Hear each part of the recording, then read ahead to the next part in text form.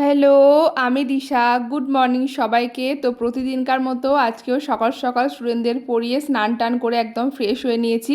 এই কদিনই আমি সকাল সকাল স্নান করে নিচ্ছি, কারণ যা প্রচণ্ড গরম পড়েছে, সকালে স্নান করলে শরীরটা ঠান্ডা থাকে।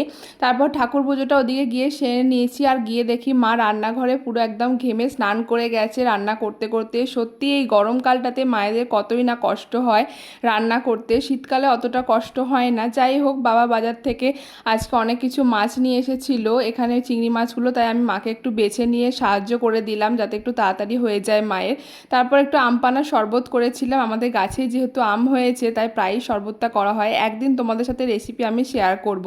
তারপর ফ্লিপকার্ট থেকে আমার একটা পার্সেল এসেছিল ফ্রিজের জন্য, নতুন একটা ফুলদানি অর্ডার করেছিলাম, ফ্রিজের মাথাটা বেশ খালি খালি লাগছিল সেই জন্য। আর কালকের ভিডিও দেখে একটা মিষ্টি বোন রূপর্ণাও কমেন্ট করেছিল যে দিদি আমার নামটা নিও। তো এই দেখো রূপর্ণা, আমি তোমার নামটা নিলাম। তুমি আজকে যদি ভিডিওটা দেখে থাকো আমায় কমেন্টে অবশ্যই জানিও।